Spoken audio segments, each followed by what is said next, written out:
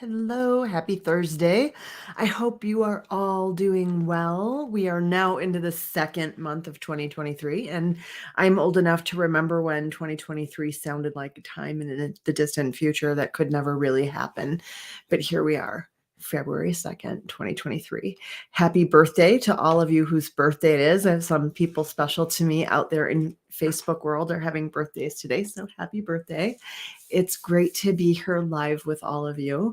I was super motivated to hop on today to talk about this whole question of being in relationship or being independent. And so many women that I work with or women that I interact with on Facebook end up in this sort of place where they think it's a binary, like it's an in or an out thing. And I don't think I was prepared for that, partly because I'm queer, so I could easily have dated a woman or a man, and there are a lot fewer assumptions about gender roles that go into that for me and for anybody that I date. But I think I wasn't prepared for it because I honestly don't think it's an either or choice. And in fact, I think a healthy relationship requires you to be a little bit separate. So I get asked this question a lot, and I'll pose, some questions on Facebook like, "Oh, how could it be cool to grow with a partner?" And the reason I ask that question is because my deep belief about marriage or committed relationships is that the primary benefit of making that commitment to another person is that the stuck points that you're likely to hit are areas where you need to grow or areas where they need to grow. No, they're just areas where you need to grow. I mean, if they need to grow and they're not growing, then you need to grow by moving on. But those stuck points, when you make that commitment to be with another person, really kind of through thick and thin, and both of you are in it as a team, and you hit a regrettable incident or you hit a stuck point or you hit an area where you're having a lot of conflict, there's an invitation there to grow hugely, to overcome like your own, because it's always like your own stuff that's creating the relationship problem. It's your own difficulty accepting limitations of yourself or another person. It's that you haven't learned how to do a good repair process so that you become closer after conflict.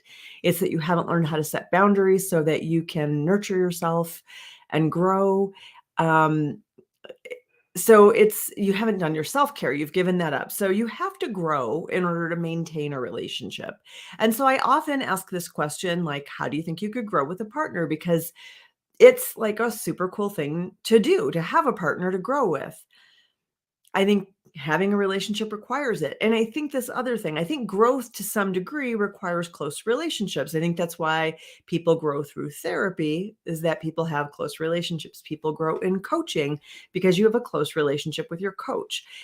When you have a partner, like a committed life partner, you grow because there's no getting out of it. In order to have a partner, you need to grow. And in order to grow, you need to have a person there to grow with. That's true from the time we're born, and it's true as adults.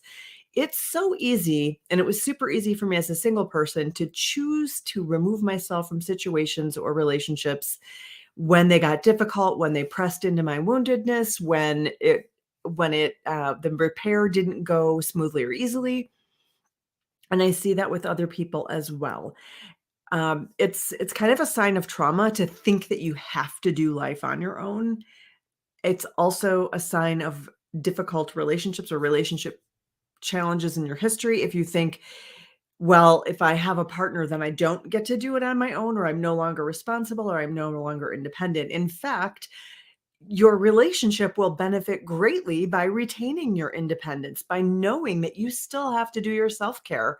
That's where it all begins and ends, is with caring for yourself. Because if you don't have that groundedness in yourself, you don't have much to offer another person either.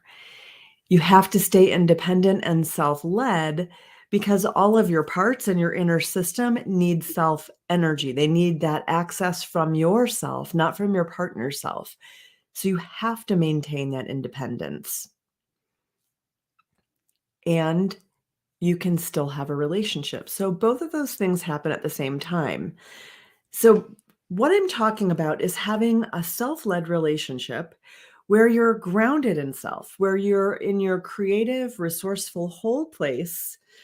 You're connected, you're compassionate, you're clear, you're confident, and you're courageous. So you're standing on your own 2 feet and firmly grounded and spacious enough to allow some flow with another person who is also more or less self led in that relationship and in that connection.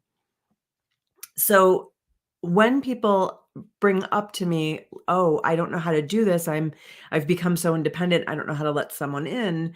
I encourage them to get even just a little more independent because you don't have to give up who you really are. You don't have to give up standing on your own 2 feet. You don't have to give up self-care. You don't have to give any of that up to have a relationship. In fact, you need to do it just a little bit more. So I know this was a super quick video today or super quick post, but I did just want to hop on and say that like a little bit about how I see these things as kind of going hand in hand and together.